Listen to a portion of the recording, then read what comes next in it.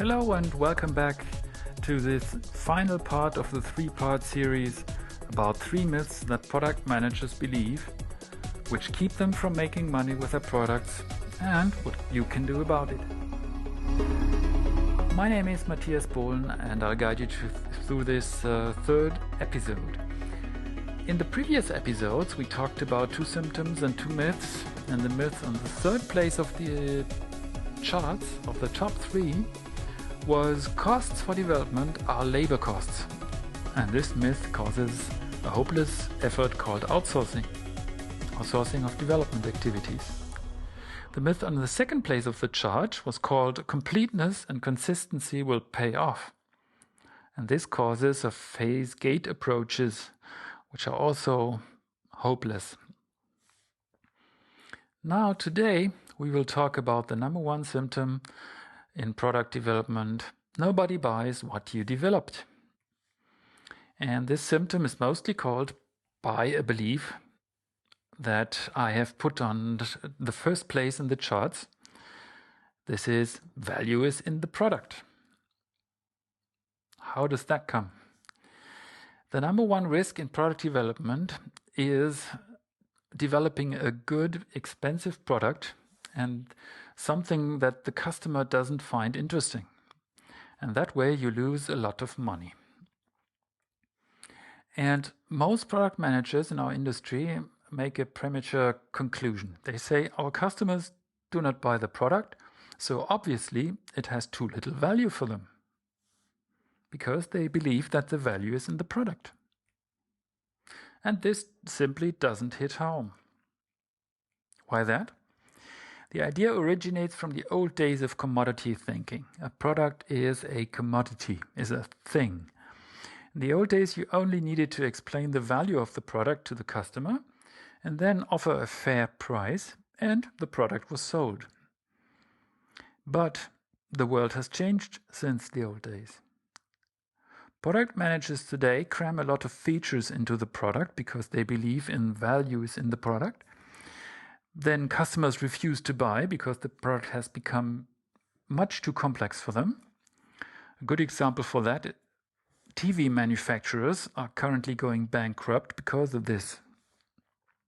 TV sets are so complex today, and they have so many features in them that customers simply refuse to buy them. We need a new thinking model. I call it co-creation of value. Let's have a look at this picture of a customer and a product inside the context of usage. So the customer uses the product. He or she interacts with it. The product brings its potential. So, for example, its set of features, the number of things that you can really do with it. And it brings a quality, a feeling of goodness, of fitness for a certain purpose. The customer, on the other side, has his skills. Skills are required to use the product. For example, if the product is in Spanish and the customer doesn't speak Spanish, then he will have problems to use the product. But the customer not only uses or requires skills, but also agency. Agency is decisiveness and freedom to really use the product. So, for example, let's say you are invited for dinner to the neighbors because they make a housewarming party. And previously you didn't talk about whether there will be something to eat or not. And you come to the housewarming party and they offer a lot of drinks and it takes quite a long time. You get hungry and you say, will there be something to eat? But you are afraid to ask. But you remember in your pocket there's an apple as a product. It has the potential to make you, to take the hunger away. And it has also the required quality, it tastes good. But you don't have the agency to really take it out of your pocket and eat it because this might be impolite to the neighbors. So agency, the decisiveness and the freedom to really use the product is also important for the customer. And when the customer interacts with the product, there is an emergent result that is called value. So value is not inside the product, but comes from the interaction, from the emergent result of the interaction between customer and product. That's the new thinking model we need to really understand when the customer buys or not. Take a holistic approach. That's my recommendation. Have a look at the usage context of your customers and your product. And you can do a number of things now. For example, you can support the context design. Help the customer to get into the context. I will show you some examples for that later. Help him to increase his skills and to raise his agency to use the product. Deliver the product right within the context if possible. For example, with digital products delivered on an iPhone, it's possible to deliver them right when the customer needs them, in the context. And surprise the customer with potential and with quality in the product. But the last argument is a fairly traditional one, because that's what you've been doing all the time, right? And one very important thing, shorten the time until the context can start. When the customer sees your product and says, hey, this product has got the potential and this product has got the quality that I need, when can I interact with it? When can I use it? Can I have it delivered quickly? If you shorten that time between the imagined value and the real value in the usage context, you have won. Some examples for that. Let's take tea in the garden. Tea in the garden is a complex context composed of many things. Cups, saucers, plates, teapot, the cake, the chair, the tablecloth on the table, the parasol, the sunshine, the garden, other people, etc., etc. Many, many elements in the context. And what is the value of the tea in that case? Tea is the product. So you can see very clearly that the value is not only in the tea, but the value comes as an emergent result when the customer interacts with the tea in this complex context with all the other elements. So the firm and the customer, they co-create the value. You as a firm, you have delivered the tea, and the customer interacts with it. As a customer, you need the skills to prepare tea and create the context in the garden, and the agency to go into action, to really decide, yes, I want to have tea in the garden with my future spouse, for example. So, as a tea manufacturer, besides selling good tea, you could deliver services and things to enhance the experience of drinking tea as a whole.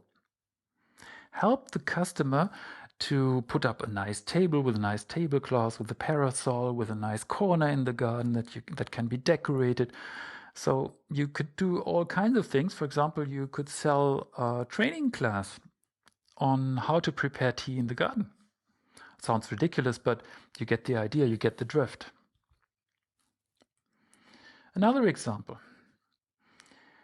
JCDecaux is a manufacturer of city furniture. So that means furniture in the city, bus or streetcar shelters, illuminated boxes for city maps, or advertising columns. JCDecaux manufactures this stuff, and they give the furniture free of charge to the city or to an airport because they sell the advertising space on the furniture. And they make a revenue of 2 billion euro per year. They're located near Paris. So how does this create value?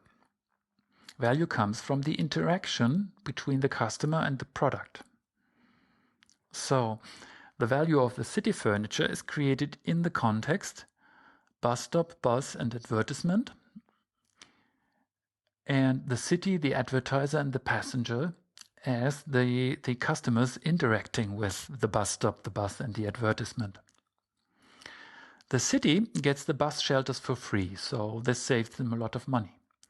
The advertiser gets a large and regular audience because there will be many people standing under the bus shelters regularly because they're waiting for the bus. And the passengers, they get a dry place, even when it rains, a dry place to wait for the bus. So these three types of customers have an interaction with the bus stop, the bus, and the advertisement, and they co-create value in this situation, in the usage context. Another significant example, the digital world today. Digitization allows you to shorten the time between a product offering and the delivery into the context. And this is becoming increasingly important. For example, Amazon convinced me to buy more than 65 ebooks because they deliver an ebook onto the Kindle reader in a very short time. It's a matter of seconds. So when I find an interesting ebook, I say, hey, I want to have that. And I can have it within 5 seconds. Apple also delivers music very fast on smartphones. Or Evian, they created a nice refrigerator magnet. You can attach it to the refrigerator, and whenever the Evian water inside the refrigerator runs out, you can simply press a button on this magnet and it will order new Evian water via wireless LAN. So to shorten the time between the product offering and the delivery, that's a real big trend today in the digital world. The influence you have on the customer is a function of the imagined value and the time until the customer can get the product. The customer sees it. In that moment, the imagined value is created inside the customer's head, inside the customer's fantasy, imagination.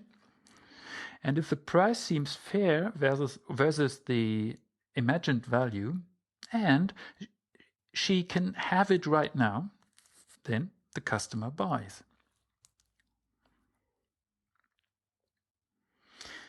Eastman Kodak, as an example for failure, they failed to understand this. They were founded in 1889 and went bankrupt in 2012. What happened? They dominated the photographic film business for 100 years. They were real expert in the manufacturing of photographic films. In 1976, for example, 90% of film sales went to Kodak. They were really big. And suddenly there was a chance when a Kodak engineer, ironically, Stephen Zasson, invented the digital camera. Kodak themselves, they invented the digital camera, but didn't believe in it. They got the wrong advice from the consultants, and they decided that digital photography wasn't going to fly. Canon saw the chance, and you know it, the rest is history. Kodak went bankrupt, and photographic films have almost vanished. So, returning to our myth, the value is in the product. If you believe that the value is in the product and not in the context, then you will tend to cram your product with features. And later on, you will get a sales problem because you have to charge an unexpectedly high price because the product is crammed with so many features. For example, the manufacturers of TV sets, they have real problems to charge such a high price because there's a fierce competition for price under the different manufacturers. And the end result is that they have problems to get TV sets profitable. So how do you solve this problem? When you remember the image about the picture about the customer interacting with the product, you now have 5 variables where you can do something to improve and make more sales. The first is the traditional thing, improve the potential of the product. So the features and the functions, you already know that. The second is improve the quality of the product, the perceived goodness for a particular purpose. But now comes the interesting things, 3 things. The customer skills to use the product effectively. Help the customer learn how to create a real good experience with it. And prove it to the customer via social proof that other people deploy and use the product. That's a good idea to deploy and use this product. So this will increase his agency, his decisiveness, and his freedom to really deploy and use the product. And the 5th variable is the design of the whole situation, the usage context. The context for successful use of the product, the right place, the right times, other things in the context, other persons, other products, etc. So you have 5 places where you can do something to make more sales. For potential and quality, you could show a prototype to your customer. Ask him or her in which context she would use it and what she would be delighted about. And then you will learn how much potential and quality your product will really need. So you will not tend to cram the product with unnecessary potential. Also, have a look at the agency. Be aware of the customer himself. Which languages does he speak? Which patterns of interaction does he use? Which media does he like? Does he like to see something, to hear something? And what does he really master? Which languages, for example? And how many of these things does he need to use your product? And is he free and decisive enough to use your product? Or does anything stop him from doing so? Have a look at the agency of your customer. And look at the design of the context. Is it difficult to design the usage context for your product? Then it might be difficult to sell. Is the customer really able to design this context by himself, or does he need help, or your help? If he needs your help, or if he could use your help, you can define a service that helps him to create the context quickly and easily. Offer him this service right with your product. While you sell it to him, you can ask him, can you put this into use right now? No? We can help you to do it. You as a product manager, do you want to know more about this? More about how to design lucrative products that your customers will be delighted about and buy happily? There's more information for you. I have prepared a white paper that you can download for free. And inside that white paper, I describe all this in more detail. You can find it on my website. See the link below this video. And at the end of the white paper, you will find another link that points to even more information, even more interesting things. Be brilliant and be successful. That was Matthias Bohlen with the 3 myths about product development.